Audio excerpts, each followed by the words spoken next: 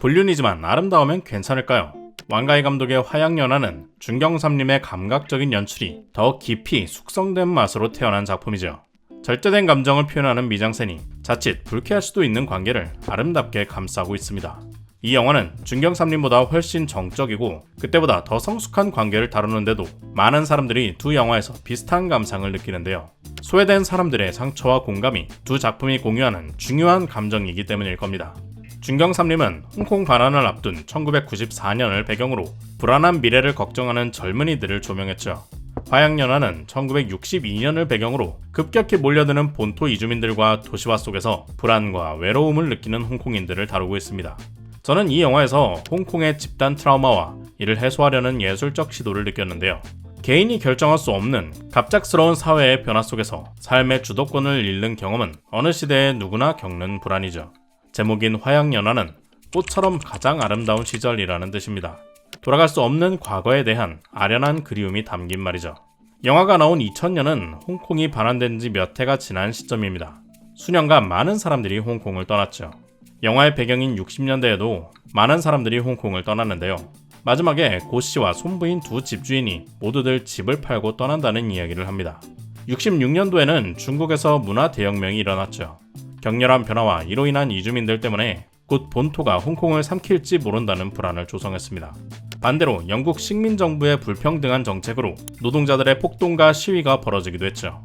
많은 사람들이 사회적, 경제적 불안을 피해 해외로 이주하던 시기였습니다. 그래서 화양연화라는 제목은 홍콩이 반환되기 전을 그리워하는 2000년도와 사회가 혼란해지기 전을 그리워하는 66년도를 하나로 연결해 감정을 공감합니다. 중국의 눈치를 볼 수밖에 없는 감독이 과거를 빌려와 마음을 담아낸 것 같은데요. 그 마음을 잠깐의 사랑을 잊지 못하는 주모은과 소려진의 그리움으로 은밀하게 표현하고 있습니다. 그렇다면 왜 하필 불륜이고 동시에 불륜의 피해자들일까요? 과밀화된 대도시는 익명성을 만들어냅니다.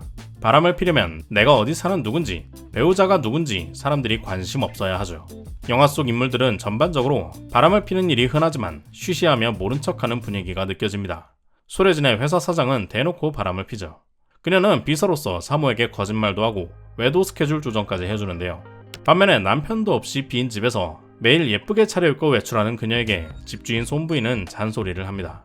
젊으니까 나가서 즐기기도 해야겠지만 그래도 정도를 지키라고 눈치를 주죠. 초반의 대화에서 알 수 있듯이 손부인은 소래진과 동양 사람입니다. 그녀는 손부인이 같이 밥을 먹자고 해도 매번 이리저리 핑계를 대며 빠지죠. 정겨운 이웃을 조금 귀찮아하는 듯한데 나중에는 아픈 주모은을 챙겨주기 위해서 참깨죽을 일부러 많이 만들어 나눠 먹고 이를 핑계삼아 주모은에게 가져다 줍니다. 소래진과 타인의 거리감은 주모은과의 관계에 따라 변화하죠. 화양연화의 공간은 크게 세 가지로 나뉩니다. 먼저 공적인 공간인 회사는 모던한 디자인의 시계와 푸른빛의 차가운 조명으로 표현하죠.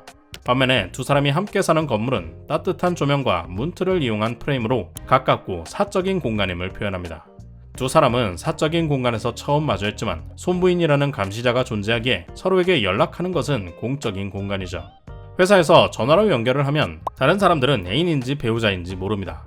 익명성이 보장된 공간의 연락이지만 조심스러운 두 사람은 그것마저 걱정해 나중엔 하지 않게 되죠. 서로를 그리워하는 순간에는 희뿌연 담배 연기로 공간을 채우고 창문을 통해 공간을 넘어서 욕망을 상상하기도 하는데요. 마지막 세 번째 공간은 외부 공간입니다. 두 사람이 처음 제대로 대화를 나눈 식당이나 비오는 길거리, 택시, 호텔 등이죠. 완전한 익명의 공간인 동시에 이웃이나 업무의 핑계가 통하지 않는 숨을 수 없는 곳인데요. 처음에는 자신들의 배우자가 바람필 때 갔을 만한 장소, 시간, 행동을 따라합니다.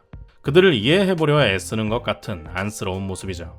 길거리에 두 사람을 찍는 구도는 어디선가 숨어서 훔쳐보는 느낌이 납니다. 실제로 두 사람이 느끼는 타인의 시선을 관객의 시선으로 보여주고 있는데요.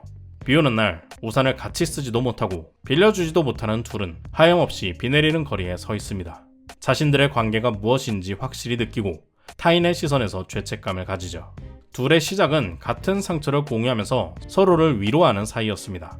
그러다 무협소설을 계기로 둘만의 공감대가 생기면서 관계가 바뀌죠.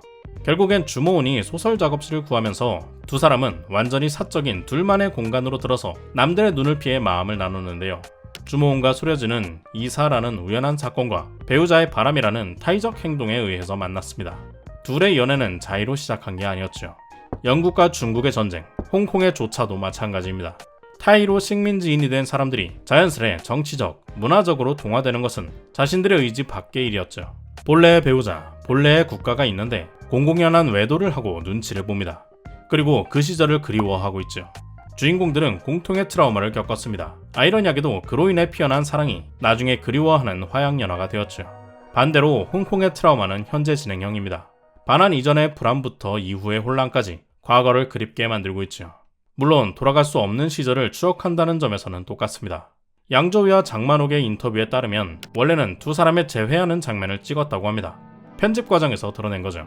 관객들은 엔딩에서 아슬아슬하게 엇갈리는 두 사람이 마주치기를 간절히 바랄 텐데요. 오히려 이 두 사람이 만나지 못했기에 과거로 돌아갈 수 없는 현재의 우리가 여전히 그들에게 공감하며 위로받을 수 있었다고 생각합니다. 영화의 마지막에는 다른 공간이 나오죠. 1966년으로 시간이 넘어가며 주모은이 캄보디아의 앙코르와트를 찾아갑니다. 그곳의 한 구멍에 자신의 비밀을 말하고 영원히 묻어두기로 결심하죠. 근데 왜 캄보디아였을까요? 앙코르와트 장면이 나오기 전에 캄보디아에 방문한 드골 장군과 그를 맞이하는 국왕의 모습이 나옵니다. 다소 뜬금없는 장면이라서 기억이 나지 않을 수도 있는데요. 캄보디아는 프랑스의 식민지였습니다. 그러니 자신들을 식민지배하던 국가에 대통령이 방문하는 걸 환영하는 모습이죠. 이상하겠지만 캄보디아의 역사에서 프랑스의 식민 침략은 절묘한 구원이었습니다. 당시의 캄보디아, 크메르 왕국은 양쪽을 둘러싼 베트남과 태국에 의해 조금씩 갉아먹히다 속국이 된 상태였죠. 민족국가의 멸망 직전의 순간 프랑스가 동남아 침공을 시작했고 크메르는 먼저 프랑스의 도움을 청했습니다. 결국 동남아를 식민지로 삼은 프랑스가 캄보디아에 빼앗긴 영토 절반을 되돌려 주었죠. 심지어 수탈할 게 없는 캄보디아는 방치하고 베트남 등 다른 나라의 자원을 주로 노렸습니다. 때문에 일부 캄보디아 사람들은 전쟁도 없고 조용했던 프랑스 식민지 시절을 그리워하기도 했죠. 홍콩 사람들도 마찬가지입니다.